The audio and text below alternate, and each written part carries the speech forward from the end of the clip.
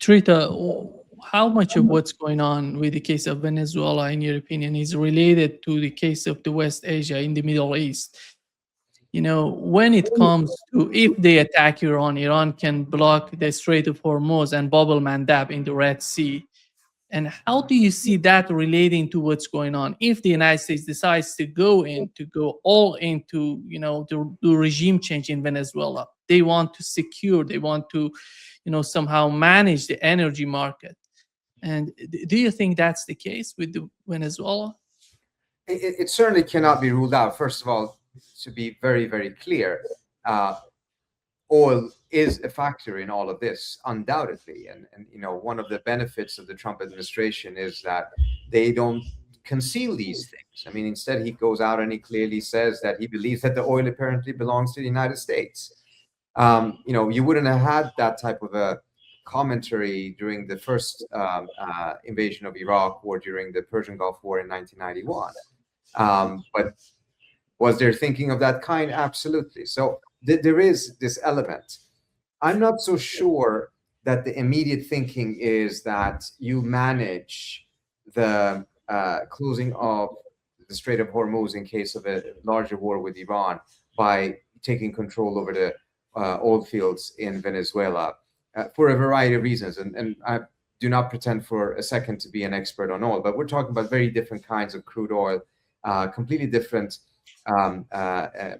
logistical systems of who's buying it from where, etc. So I think this would still be causing a major, major shock to the oil markets, even if the US were in control over the Venezuela oil fields.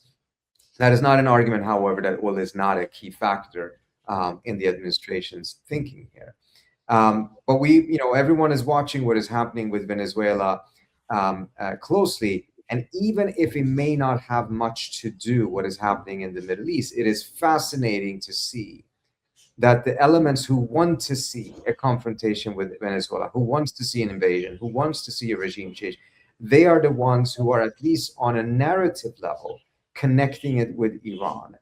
And clear incentives from their end to do so, because if they manage to get Trump to do an explicit regime change operation in Venezuela, their calculation is that the bar will be then much lower for them to be able to push him into a clear regime change operation in Iran or elsewhere in the Middle East as well. So the fictitious connection with Iran is exemplified in the entirely fictional charge that the tanker that the United States piratically seized, and including its cargo, an act of piracy followed by an act of theft, that this tanker had been involved in transporting oil for the Revolutionary Guard or to Hezbollah. I don't know how many gas stations Hezbollah operates. I doubt there are very many, if any. This is pretty strained as a connection to Iran. And let me just say on the subject of Venezuela, the target is Cuba. The belief is that if Cuba were deprived of Venezuelan support by the Maduro government, it could not, it would implode. And there's some basis for that, because when the Soviet Union ceased to supply oil to Cuba or to finance Cuba's revolutionary adventures in Africa, Venezuela the Chavez government picked up the slack. And the relationship between Venezuela and Cuba is one of Cuban dependence on energy from Venezuela and Venezuelan dependence on Cuban support for the security services and the public health system, where Cuba heavily staffs both functions and trains the Venezuelans. So the danger in the case of Venezuela really isn't a spillover to Iran, I think, so much as the fact that it, along with the revised Trump corollary to the Monroe Doctrine, is an invitation for every country in South America or Central America and the Caribbean with the capability to do that to reach out to China, to Russia, and to Iran for support against the United States, and but potentially to play the same role of the axis of resistance has played against Israel by bringing a counterforce into being in the American neighborhood. But you have to be a pretty conspiratorial type of person to come up with that kind of reasoning. But this is the basis for it. It's not calculated on oil markets. That is far more sophisticated and global in mentality than this administration is capable of reasoning. Trita, during your panel in Doha, Jawad Zarif said that when he mentioned the situation with the axis of resistance, and we didn't benefit from the axis of resistance. We were paying for everything for the axis of resistance. But we know you've mentioned the public opinion. I would say that the Iranian public opinion, majority of the people before the Israeli attack on Iran were different and from what is happening right now. The Iranian people know what is the importance of axis of resistance today.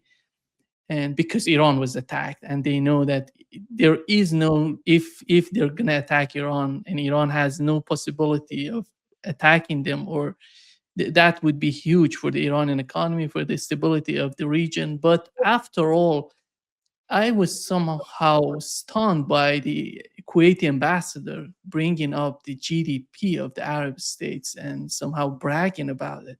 Is that the security that they have in their mind? Do they really believe that their GDP would somehow defend them? I don't think that's the reason why he mentioned it. I think my own take is, I didn't have a long conversation with him after the panel, but I've had conversations with other officials about it. I think there was a bit of a reaction within the GCC to the Omani and other statements in which they were hoping to make clear in that panel that just because they do have a common interest with Iran right now, because both of them are seeing, completely unhinged Israeli recklessness as a threat, understandably, that doesn't mean that the other issues that do exist between the GCC and Iran can completely be set aside. And if you listen closely to what the Kuwaiti ambassador, the Secretary General, says, he says, we can't talk about common interests in other areas before these are first assessed.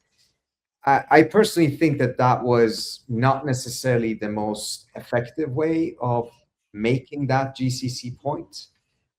It would have been better, in my view, to make it clear that there is a common interest, but that doesn't mean that previous issues have been erased. We still need to find ways to resolve them, etc.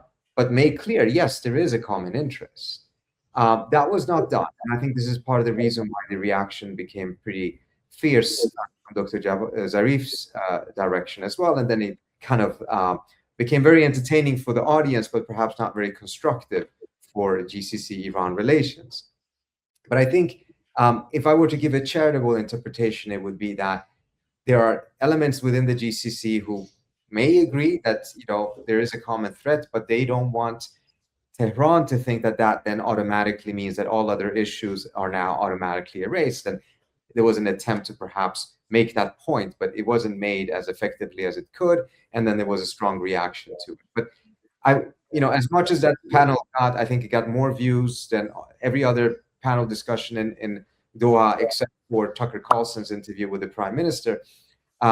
Nevertheless, I think it is a bit of an aberration when it comes to the larger picture. The larger picture is not based on what was said at that panel. The larger picture is based on the fact that if you're sitting in Muscat in Oman today, and you saw that the Israelis bombed Doha with the pretext of saying that Hamas was there, even though the Israelis had asked Hamas to be there, then what will then happen to Muscat next time they are hosting peace talks between the Houthis and other elements in Yemen? Will they also be bombed? So these are the real concerns that are happening there, and it's not washed away because there was this exchange between Dr. Zarif and the Secretary General. But there are obviously other issues that need to be resolved, and both sides need to look at those things very, very seriously, because otherwise the common interest may not end up becoming a factor that will bring the two sides closer together. We were just reminded of this, in fact, by Wang Yi's statement that the lesser Tums, the Tums dispute, the little islands in the Strait of Hormuz, Abu Musa, Lesser Tum, Greater Tum, need to be resolved through negotiations and dialogue, which is deeply offensive to Iran, which has always taken the position, having seized the islands when the British left the Gulf, that there's no dispute over them. China seems to think there is a dispute, which is realistic. And it's a reminder of what Trita just said, that there are many issues that divide the two. Still, it is very striking that Busaid and Omanis are famous for their discretion and their unwillingness to take sides in disputes, that he would say what he did. It shows the extent to which Israel has unnerved the region with its drive for military hegemony in the Levant and its attack on Iran and its attack on Qatar. Yeah. Trita, before leaving us, and how Jawad Zarif said something else about the Iranian foreign policy toward the United States and Israel, that they're getting back to resistance. The policy right now is resistance instead of, they don't see the United States being honest in the way that they're talking with the Iranian part.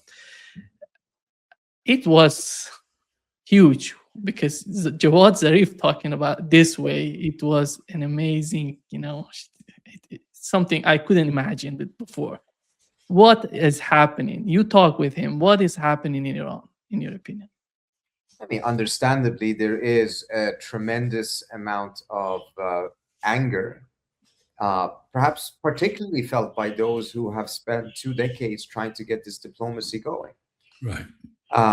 So, I think there's just no way around that. At the same time, what I think Dr. Zarif was describing was the direction Iran is going, which is not necessarily the view he holds of where Iran should be going. I do think at the same time that there are efforts, because even within resistance, there is a necessity for diplomacy, mindful of the fact that we are gravitating towards another military confrontation. And I know we've spoken about this before, but just to really make a finer point on this, if this is the new normal, then we have to recognize what an utter defeat that is for Benjamin Netanyahu in particular. Because the whole idea behind this was to make sure that Israel subjugated Iran under its domination. And I'm not saying that the Israelis expected that this could have been done within one war. And the Israelis oftentimes talk about this as the first phase of the war.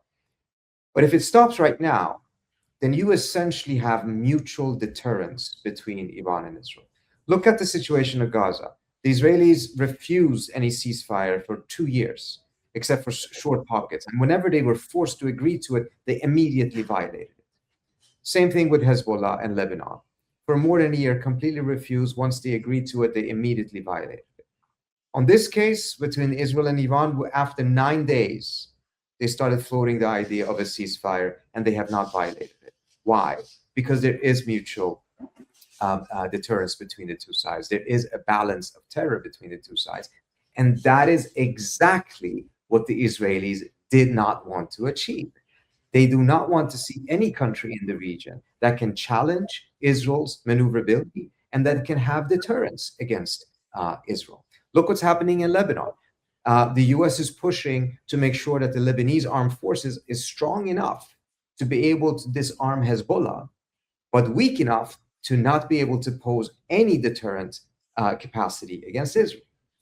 So you have the same formula elsewhere. But if it stops here, and there's elections coming up that Netanyahu cannot cancel in 10 months in Israel, then Netanyahu's legacy is that he started a war and he achieved the opposite of what he was looking for. And I think this is a key factor in conversations I've had with Israelis as well, that he may actually start the next phase without coordination with the United States, in the hope that once the war has started, he will be able to push the US into it.